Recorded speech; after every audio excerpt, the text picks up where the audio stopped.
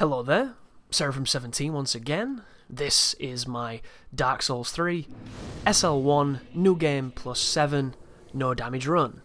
We're now going to be taking on the Dancer of the Boreal Valley, and I'm going to be engaging in the enemies on my way to her, hence why you see the bloodstain just there, because of course I got clipped. And that's the thing about a run like this, guys. It's not about showing supreme skill, it's about the perseverance of it.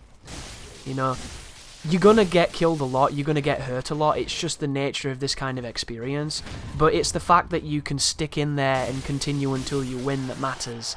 And that's what I'm trying to capture here, guys. I'm trying to capture the idea of overcoming challenge rather than not being challenged. Because just because you can do something like this doesn't mean that the game isn't difficult, and it doesn't mean that it's not a struggle a lot of the times. It just means that you stuck in there and you got the result that you were looking for, as we take on the Lothric Spear guy here. Be careful of that as well. That backhanded Great Shield attack is such a clever move that they gave him, and it's essentially to try and counteract people trying to get behind him. I just think that they can go to it a little bit too quickly for my taste. I like the idea of having a counter.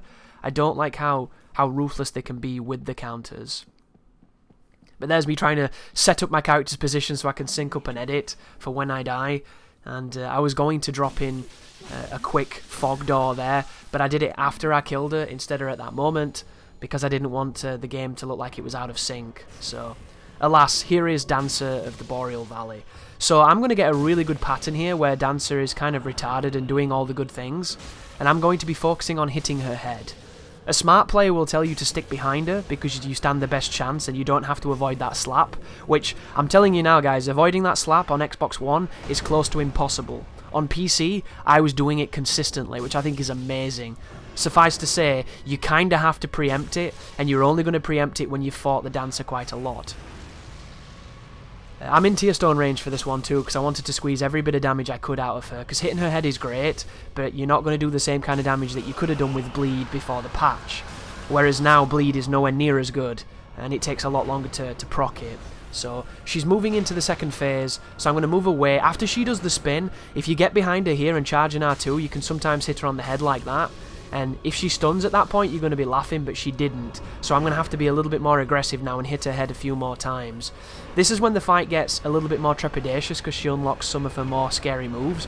But this should be the stun coming up here. I do a jump attack for damage, and then I try and hit the head and I miss, and she's passive, and then I stun her. And now we get the R2 into the riposte. The frame rate dies for like a second there for whatever reason. And then there should only be, what, two hits left on her? And she gives me the best pattern ever, which is this big AoE, and then I can run in and finish her off with a jump attack. There it was. It looked easy, didn't it, guys? But it's not. But just to give you some kind of contrast of the difference between PC version and Xbox One, that fight on New Game Plus 6 took me about 6 or 7 hours. Might have even took me longer. On PC, it took me 30 minutes. I'm the same player. I know the fight just as well both times. I got a good pattern, admittedly, but that's just the difference between what you can dodge and what you can't dodge. You know, the higher the frame rate, the better the player, it seems like. It really does. It helps tremendously. But thank you very much for watching, and you take care now.